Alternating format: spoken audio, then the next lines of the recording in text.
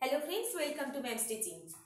আগের দিন আমাদের ভিডিওটা ছিল ভয়েস চেঞ্জের ওপর। ভয়েস চেঞ্জ অর্থাৎ যখন আমরা প্যাসিভ ভয়েসে অ্যাক্টিভ থেকে প্যাসিভে চেঞ্জ করি তখন আমরা মানে যেটা ইম্পর্টেন্ট প্রিপোজিশনটা বাইকে ব্যবহার করি, কিন্তু এমন কিছু ভার্বস আছে যাদের সঙ্গে বাই ব্যবহার করা হয় না। আগের দিন আমি তোমাদের দেখিয়েছি কোথায় টু ব্যবহার করবে, কোথায় উইথ ব্যবহার করবে, কোথায় অ্যাড ব্যবহার করবে। আজকে দেখাবো চলো কোথায় আমরা ইন ব্যবহার করব। কিছু ভার্বস আছে যাদের সাথে বাই ব্যবহার করা হয় না, যাদের সাথে প্রিপোজিশন ইন ব্যবহার করা হয়। দেখো, interested, included, content, absorbed, embedded etcetera, এই ভার্বসগুলোর সাথে কখনোই বাই ব্যবহার করা হয় না, ইন ব্যবহার করা হয়। চলো দেখে নিই দুটো example. This movie can be interest people for protect themselves. This movie can be interest people, অর্থাৎ এই মুভিটা পিপলদের মধ্যে একটা ইন্টারেস্ট গো করাবে। কিসের জন্য? এই মুভিটা দেখলে তারা এইটা জানবে কিভাবে তাদের নিজেদেরকে রক্ষা করতে হয়, for protect themselves. This movie can be interest people for protect themselves. তাহলে আমরা প্যাসিভে কি করব? The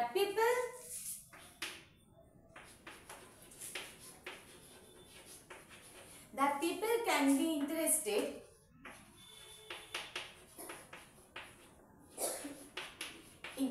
ইন্টারেস্টেড কেন? আমরা জানি এটা মেইন ভার্ব, এটা মডাল, ক্যানটা modal verb, interest main verb. আর মেইন ভার্ব অলওয়েজ প্যাসিভ ভয়েসে মেইন ভার্বের থার্ড ফর্ম, অর্থাৎ ইন্টারেস্টেড। দ্যাট পিপল, এখানে কে আছে দেখো, অবজেক্টে কে আছে? পিপল। অবজেক্ট কি হয়ে যায়? সাবজেক্ট হয়ে যায়। ফর দেম প্রোটেক্ট দেমসেলফটা এক্সট্রা অবজেক্টের বাদে। তাহলে প্রথমে অবজেক্টকে দ্য পিপল, এখানে অবজেক্টকে পিপল। আমরা জানি সাবজেক্ট আর অবজেক্ট অলওয়েজ নাউন বা প্রোনাউন হয়, so that's why এখানে people is noun. So people can be interested. People can be interested এর পর আমরা কি ভার্ব প্রিপোজিশন দেব? in. The people can be interested in this movie. এরপরে এই যে সাবজেক্ট হয়ে গেল অবজেক্ট, ইনটা হলো এই যে interested in. People can be interested in this movie for protect themselves. For protect themselves. তাহলে কোথায় ইনটা ব্যবহার করলাম? এই ভার্বগুলো যখন অ্যাক্টিভ ভয়েসে থাকছে আমরা দেখছি, তখন যদি আমরা প্যাসিভ করি তাহলে আমরা বাইয়ের জায়গায় আমরা ইন ব্যবহার করব। আন্ডারস্টুড? বুঝতে পেরেছো? নেক্সট দেখো, the fog engulfed the whole city. fog means কুয়াশা, অর্থাৎ engulf কথার অর্থ হচ্ছে পুরোপুরি ভরে যাওয়া, একদম গ্রাস করে নেওয়া। তাহলে পুরো সিটিটা ফগে ভরে গেছে, তাহলে engulfed এর পর আমরা কোন প্রিপোজিশন ব্যবহার করব? ইন ব্যবহার করব। the whole city, the whole city was, because এখানে engulfed আছে অর্থাৎ past tense, the whole city was engulfed।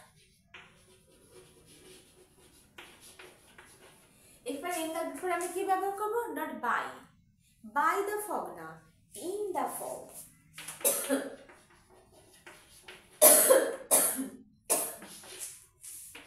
engulfed in the fog, the whole city was engulfed in the fog। Understood?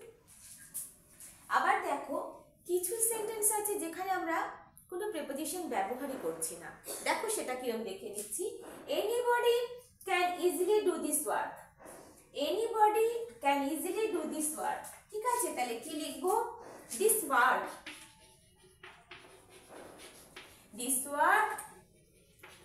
can be easily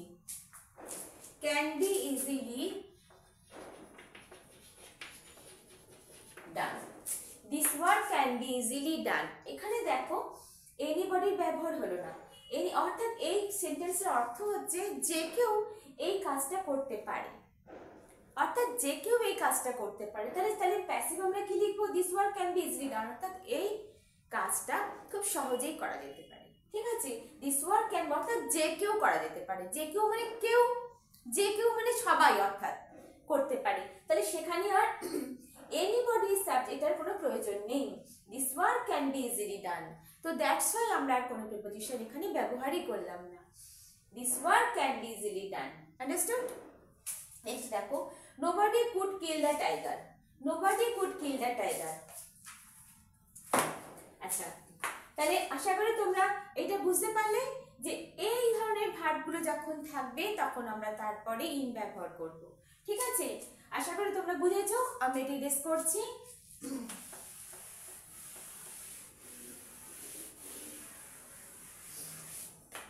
আচ্ছা, nobody could kill the tiger.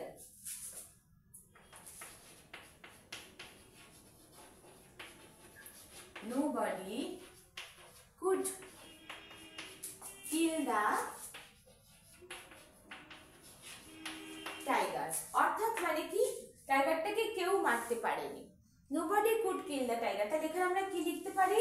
The tiger could be killed. The tiger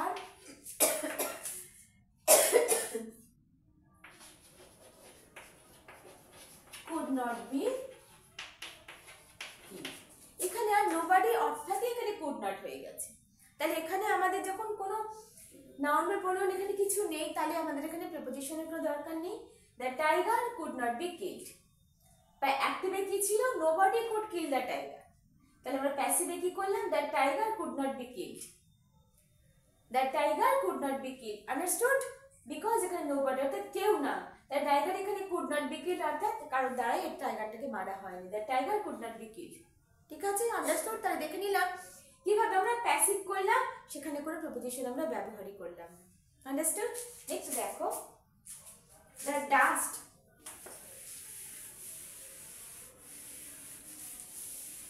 এখানে আছে the dust covers the dust covers the table. এখানে দেখো এই যে ভার্বটা আছে, এরপর আমরা কি ব্যবহার করব? এরপর আমরা ব্যবহার করব প্রিপোজিশন উইথ। এরপর আমরা প্রিপোজিশন কি ব্যবহার করব? With. The table is covered with the dust. With এখানে কি ব্যবহার করলাম আমরা? তাহলে প্যাসিভে কভার্ড এর পরে আমরা আগের দিন আমি তোমাদের দেখিয়েছি উইথ ব্যবহার করব। The table is covered with the dust. তাহলে আমরা খুব ভালোভাবে বুঝতে পারলাম, আশা করি তোমরা বুঝেছো যে প্যাসিভ ভয়েস মানেই হ্যাঁ বেশিরভাগ ক্ষেত্রে বাই ব্যবহার হয়, কিন্তু শুধুমাত্র বাই নয়, আমরা কোথায় ইন ব্যবহার করব, কোথায় উইথ ব্যবহার করব, কোথায় ইট ব্যবহার করব, কোথায় টু ব্যবহার করব, তোমাদের আমি আগের দিন দেখিয়েছি। আশা করি আজকেও তোমরা বুঝেছো যে কোথায় আমরা ইন ব্যবহার করব।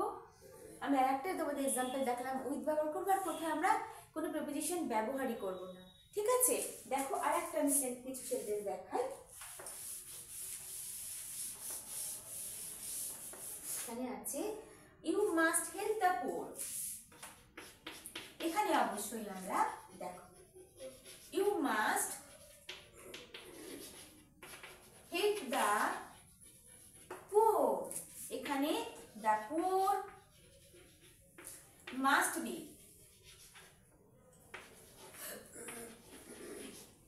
Helped by you. এখানে আমরা বাই ব্যবহার করলাম, এই ভার্বের পরে আমরা বাই ব্যবহার করলাম। The poor must be helped by you.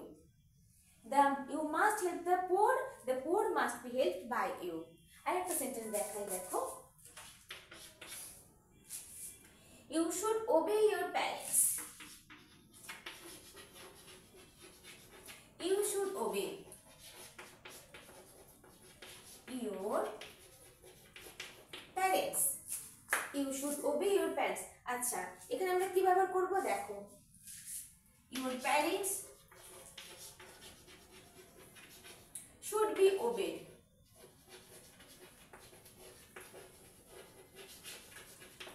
Your parents should be obeyed. এখানে দেখো the poor must be helped. আমি by you টা নাও লিখতে পারি, তুমি by you টা নাও লিখতে পারো। এখানে এত অবধি পারফেক্ট কনফার্ম। ঠিক আছে, আমি বাইটা তোমাদের দেখালাম, কিন্তু the poor must be অর্থাৎ পোরদেরকে হেল্প করাটা জরুরি, মাস্ট হেল্প করতে হয়। এখানে দেখো প্যারেন্টস শুড বি ওবেড, তার মানে প্যারেন্টসদেরকে ওবে করাটা চাই, সে তুমি হোক আমি হোক যার দ্বারাই হোক। তাহলে এখানে আমাদের বাই ইউ বা বাই উই বা বাই আসের আমাদের কোনো প্রয়োজন নেই। No need to write any type of preposition. Your parents should be obeyed, your parents should be obeyed. তাহলে আমরা দেখে নিলাম আমরা কোথায় কোথায় বাই বা কোনো প্রিপোজিশন ব্যবহার না করেও আমরা অ্যাক্টিভকে প্যাসিভে ব্যবহার করতে পারছি বা প্যাসিভে আমরা এক্সচেঞ্জ করতে পারছি। আশা করি তোমরা বুঝতে পেরেছো যে কোথায় কোথায় আমরা প্রিপোজিশন ব্যবহার করবো আর কোথায় ব্যবহার করবো না, কোথায় বাই ব্যবহার করবো, কোথায় বাই ব্যবহার করবো না। যদি আশা করি তোমাদের ভিডিওটা ভালো লেগে থাকে অবশ্যই তোমরা একটা লাইক করো, যারা এখনো সাবস্ক্রাইব করো তারা সাবস্ক্রাইব করো। Tata bye.